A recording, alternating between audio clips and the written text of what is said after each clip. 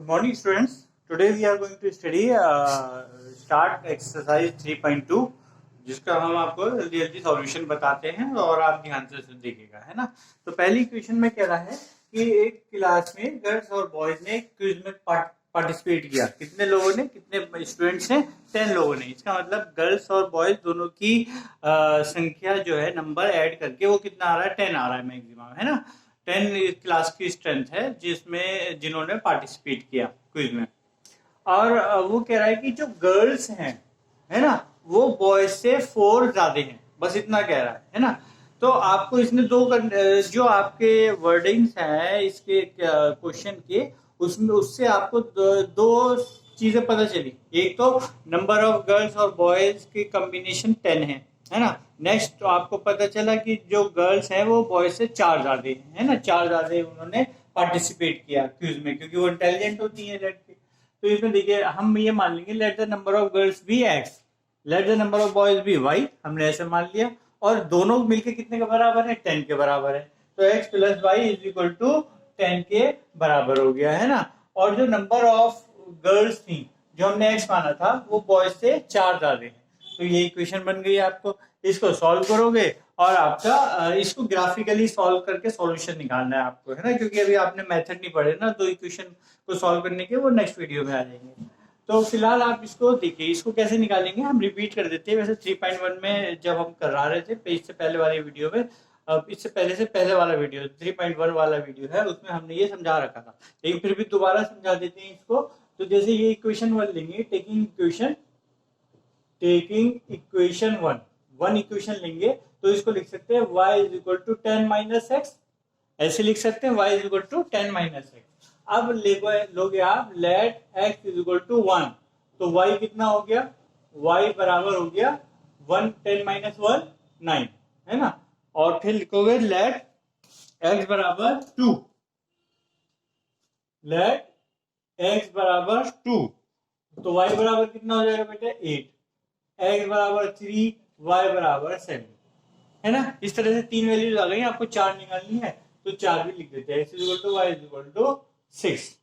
इसका मतलब क्या हुआ? अगर आप ग्राफ बनाओगे, पहले ग्राफ बनाओ और इसको प्लॉट कर लो। जैसे यहाँ पे ये 1 2 3 4 सूटेबल स्केल करना है हमें। देखा 10 तक है मैक्सिमम, 1 से लेकर 10 तक, और हमारे पास 10 डिविजन्स होते हैं, तो 1 डिवीजन 1 यूनिट का मान लिया हमने, है ना। 1 डिवीजन 1 यूनिट के बराबर है।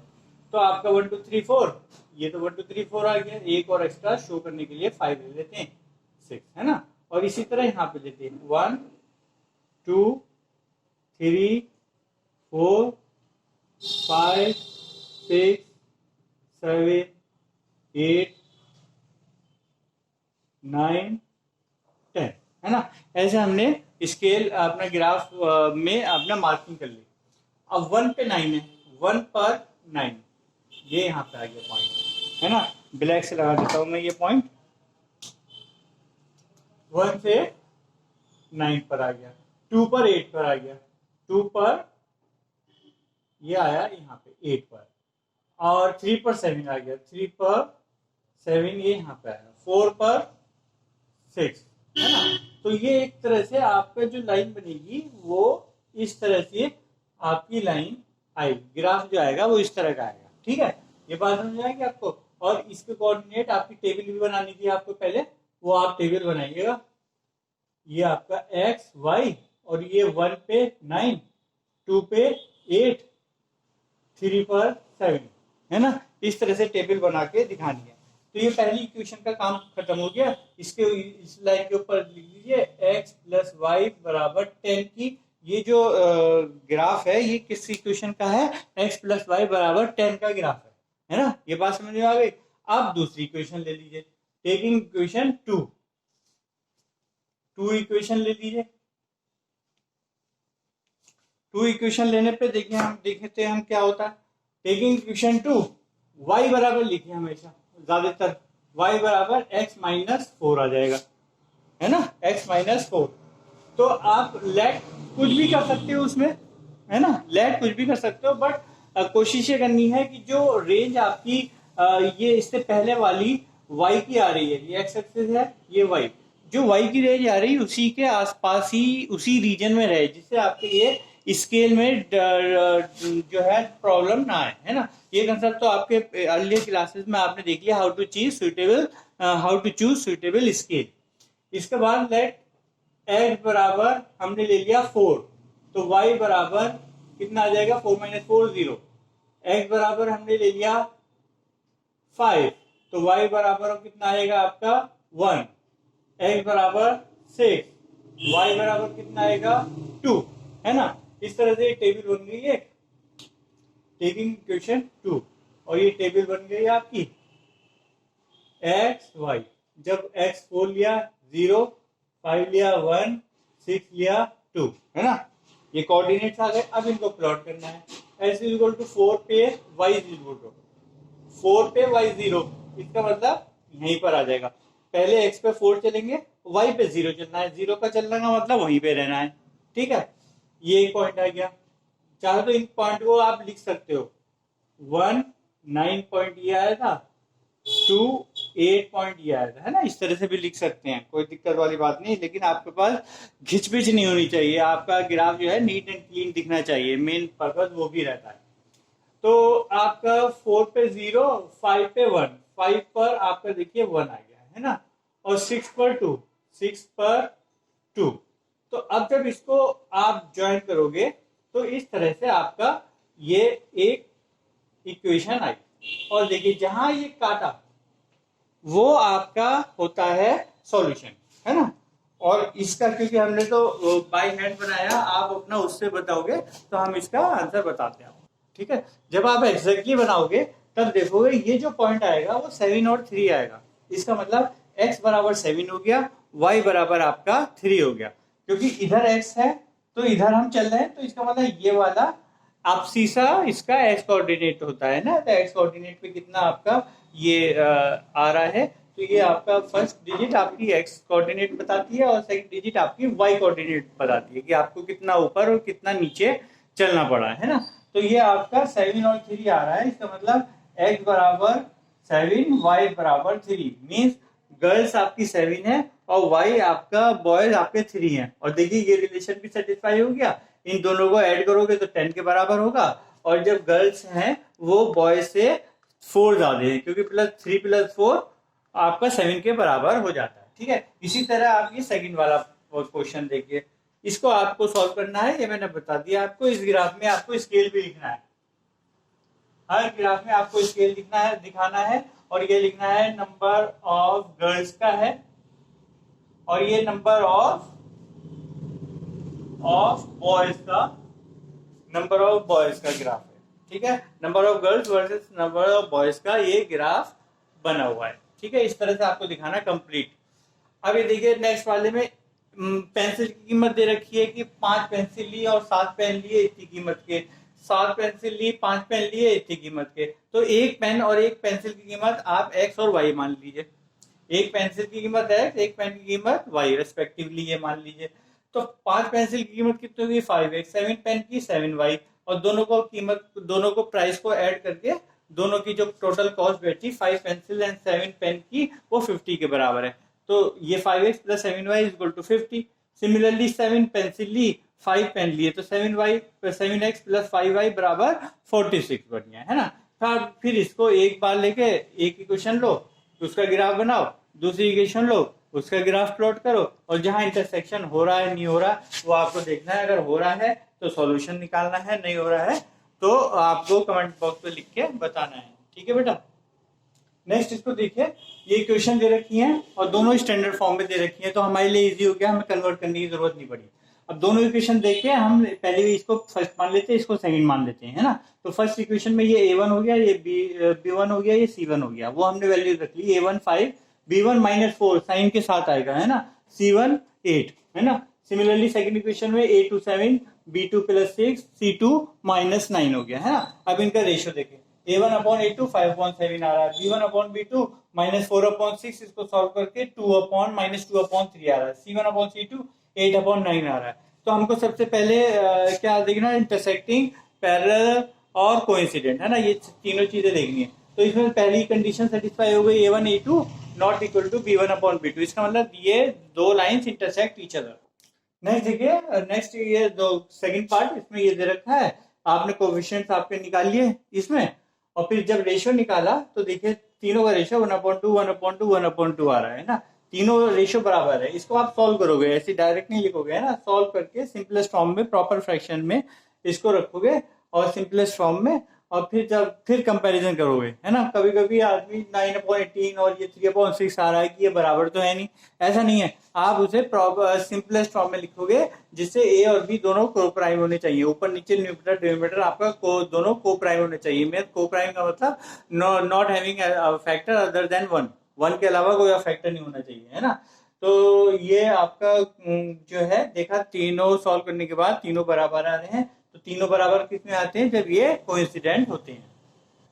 नेक्स्ट में देखिए, ये आपके ये क्वेश्चन दे रखा है, इससे our A1 B1 C1 A2 B2 C2 निकाल लिया आपने, उसके बाद इसका रेशियो देखा, A1 अपॉन A2 तो आपका 3 आ रहा है, B1 अपॉन B2 आपका माइनस माइनस 3 अपॉन -1 था, माइनस माइनस कैंसिल होकर 3 हो गया, C1 अपॉन C2 10/9 आ रहा है।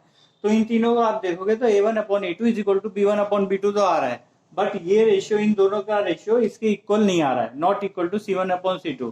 तो कौन सी कंडीशन बननी, सो लाइंस आर पैरेलल, पैरेलल का मतलब नो सॉल्यूशन एग्जिस्ट।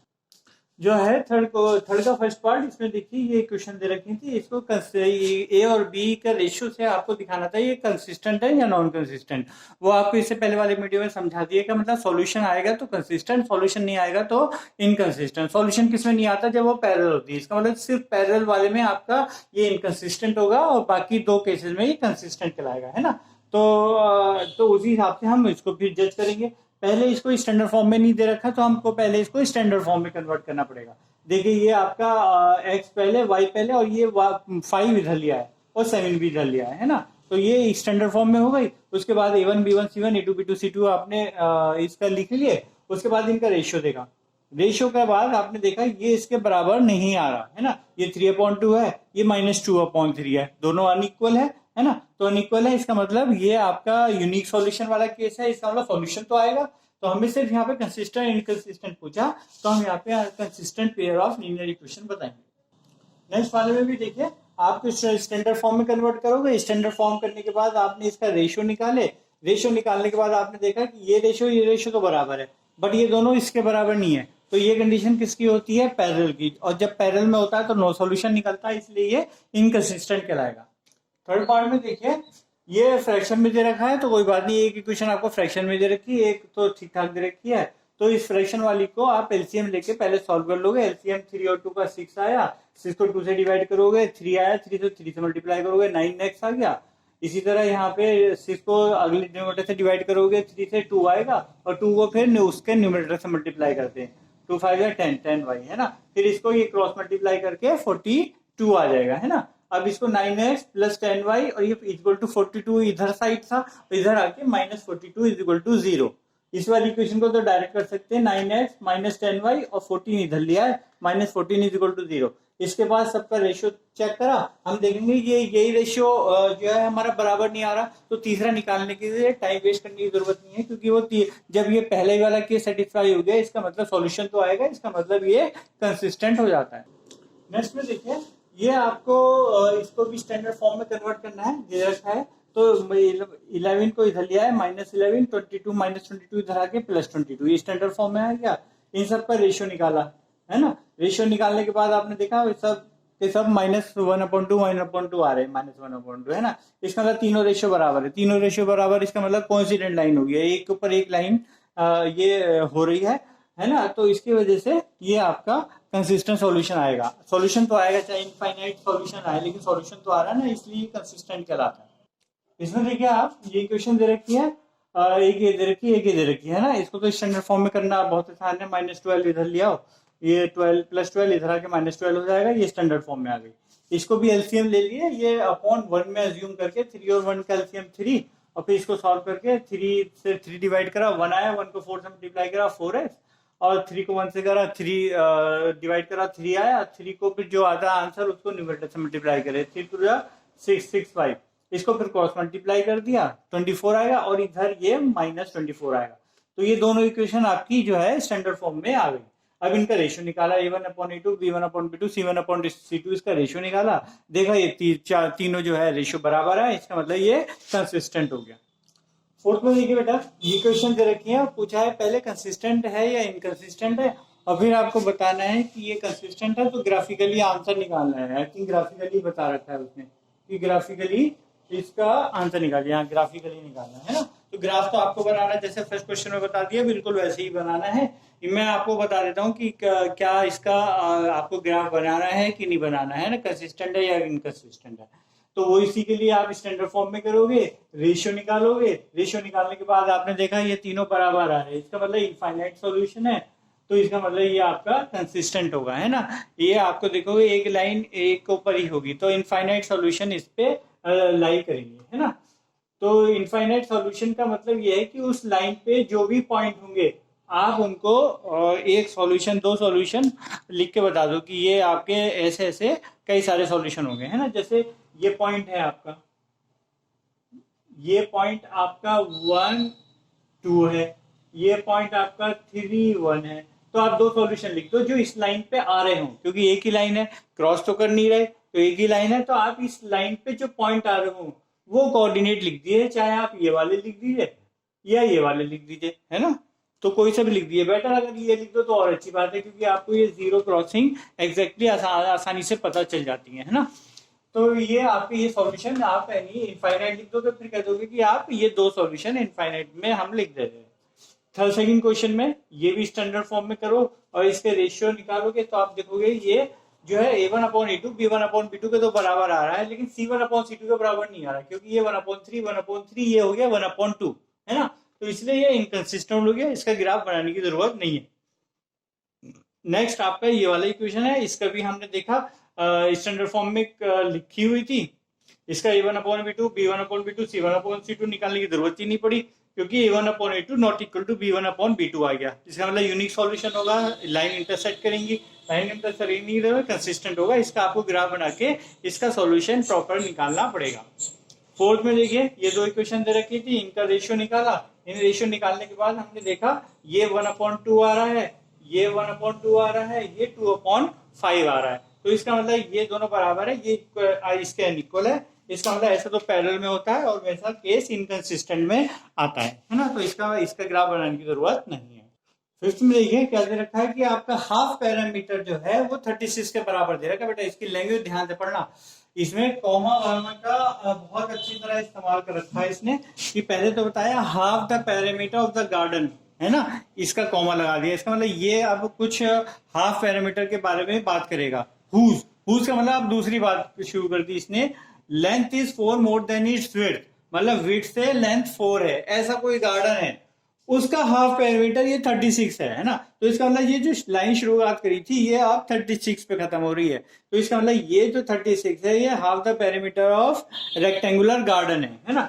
तो हाफ पैरामीटर क्या होता है, 2 × l + b, हाफ पैरामीटर मतलब हाफ ले लिया, तो इससे 2 से 2 कैंसिल हो गया, l + b, तो l + b किसके बराबर है, 36 के बराबर दे रखा है ना। और दूसरी कंडीशन क्या दे रखी, लेंथ जो है विड्थ से 4 ज्यादा है, तो लेंथ जो है विड्थ ब्रेड्थ हो गई, उससे 4 ज्यादा है, मतलब लेंथ ब्रेड्थ में 4 जोड़ दोगे तो लेंथ के बराबर हो जाएगा। ये इक्वेशन 2 मान लो आप। अब इस l की जगह को आप इस जगह रख दीजिए, l की जगह 4/b के इक्वल है, तो l की जगह यहाँ 4/b रख देंगे, प्लस b बराबर 36, 2b बराबर 32, b बराबर डिवाइड कर दोगे 16 आ जाएगा, l बराबर अब 4 + b है, तो 4 + 16 आपका 20 आ गया।